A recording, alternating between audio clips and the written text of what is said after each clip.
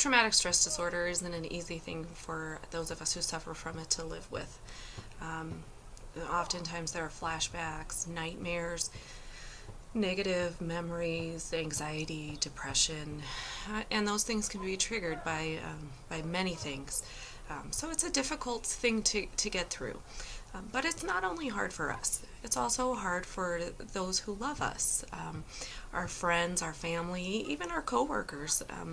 It's hard for them to know what to do and what not to do in regard to those of us who have PTSD.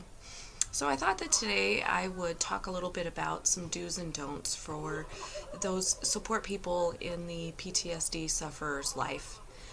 The biggest thing for me was finding someone who would not trivialize my feelings, who would allow me to feel my feelings and not try to fix anything. So many people, and I get this, so many people want to do something to help the person who has PTSD. And a lot of times what we really need is just someone to listen, someone to accept that we feel the way that we feel, and not try to fix anything. One of the biggest don'ts is expecting the person with PTSD to just get over it, or to thinking that the amount of time that has passed since the trauma happened has something to do with how they should be feeling about it now or not feeling about it now. The feelings are the feelings, and we really can't help when they come or when we're triggered or anything like that. So, saying get over it, hasn't enough time passed, is really not supportive. The most important thing, I think, is that the family members, the loved ones, have to extend a lot of grace to the PTSD sufferer.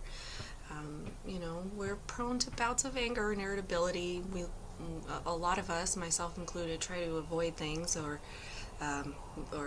procrastinate because of the possibility of being triggered, and that's hard. That's hard for the loved ones to deal with, and so extending grace to the person who's suffering is a big deal. It really is, and it really helps us.